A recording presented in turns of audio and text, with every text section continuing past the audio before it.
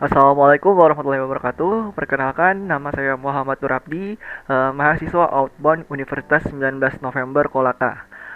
Video ini dibuat untuk memenuhi ujian akhir semester analisis proses bisnis. Hmm, Oke, pertama kita akan membahas benchmarking. Oke, pertama apa itu benchmarking? Oke, benchmarking kalau berasal dari kata serapan dari bahasa Inggris, dilansir dari kamus Cambridge, benchmarking memiliki arti sebagai suatu patokan atau alat ukur. Berdasarkan pengertian umumnya, benchmarking adalah suatu standar atau tolak ukur yang dimanfaatkan untuk membandingkan antara satu hal dengan hal lainnya yang sejenis.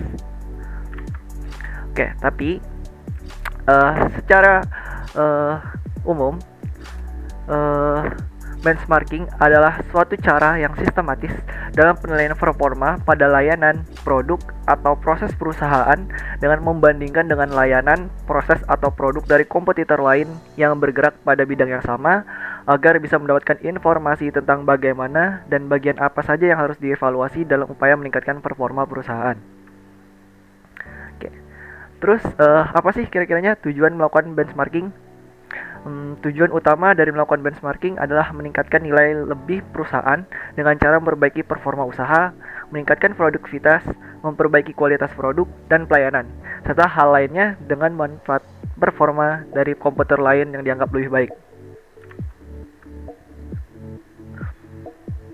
Hmm, uh, nih Hasil dari benchmarking tersebut dapat dimanfaatkan oleh suatu organisasi untuk mendapatkan gambaran atau insight mengenai kondisi kinerja organisasi, sehingga dapat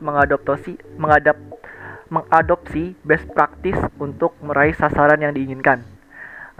Benchmarking juga nih tidaklah harus peristiwa yang dilakukan satu kali dalam suatu waktu, namun bisa juga kegiatan yang berkesinambungan, bisa diadakan tidak hanya dalam jangka waktu satu kali, tetapi dalam kurung periode tertentu, sehingga dapat memperoleh manfaat dalam meraih praktek aktivitas organisasi yang terbaik untuk organisasi tersebut. Terus kita akan membahas mengenai manfaat benchmarking. Nah, manfaat benchmarking ada 6 nih. Yang pertama ada analisis kompetitif, memantau performa, perbaikan secara berkala, perencanaan dan penetapan sasaran, meningkatkan rasa kepemilikan, serta memahami kelebihan perusahaan. Oke, kita bahas dulu analisis kompetitif. Jadi, pada analisis kompetitif, dengan membandingkan performa perusahaan saat ini dengan performa kompetitor lain, maka perusahaan akan mampu mengidentifikasi bagian mana yang harus Anda tingkatkan atau Anda perbaiki. Misalkan perusahaan A melakukan benchmarking terhadap perusahaan B, di mana perusahaan B ini lebih jauh baik dalam segi pemasarannya. Nah, dari perusahaan A dapat nih melakukan benchmarking sehingga dapat memperbaiki dari segi pemasaran tersebut. Terus kita masuk ke memantau performa. Oke nih, namanya sebuah zaman pasti dapat berubah dengan sangat cepat. Nah, dengan memantau performa ini nih, kita dapat mengikuti nih tren saat ini dengan melakukan kegiatan benchmarking tadi.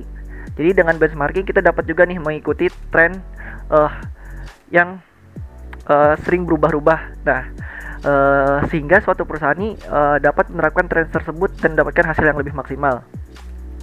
Terus kita membahas perbaikan secara berkala. Nah, seperti disebutkan di awal tadi, benchmarking tidak hanya dilakukan sekali. Dengan benchmarking juga Anda akan bisa meningkatkan performa bisnis secara berkelanjutan. Lanjut, perencanaan dan penetapan sasaran. Ibaratnya setelah berhasil melakukan benchmarking, maka perusahaan nantinya akan mampu menentukan tujuan dan metrik performa untuk meningkatkan kinerja perusahaan. Nah, yang nantinya sasaran tersebut akan menjadi target baru yang lebih kompetitif. Terus, meningkatkan rasa kepemilikan.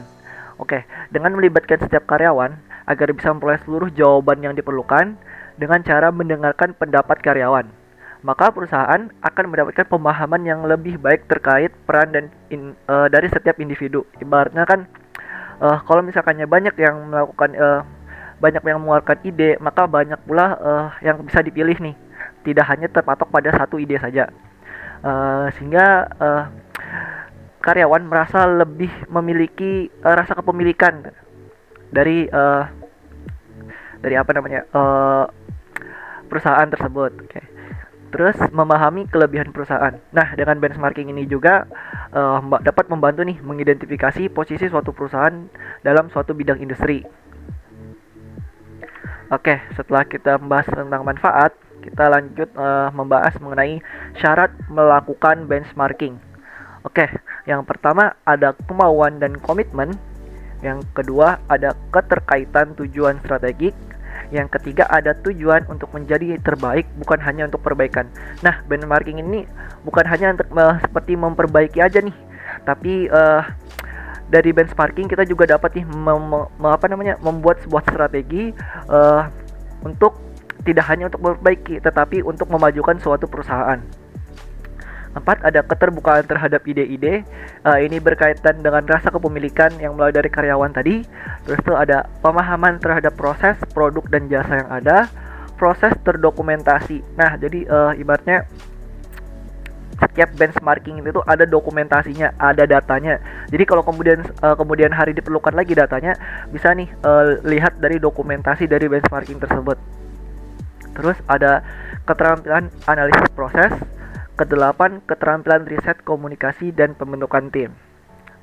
Itu syarat dari benchmarking. Terus kita akan membahas tahapan atau metode benchmarking.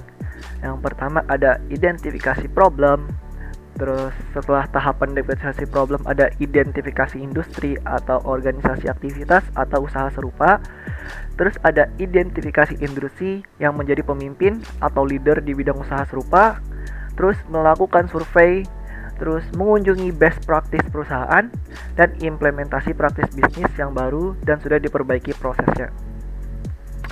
Oke, mungkin itu saja yang dapat saya sampaikan. Mohon maaf apabila ada kesalahan. Saya akhiri. Wassalamualaikum warahmatullahi wabarakatuh.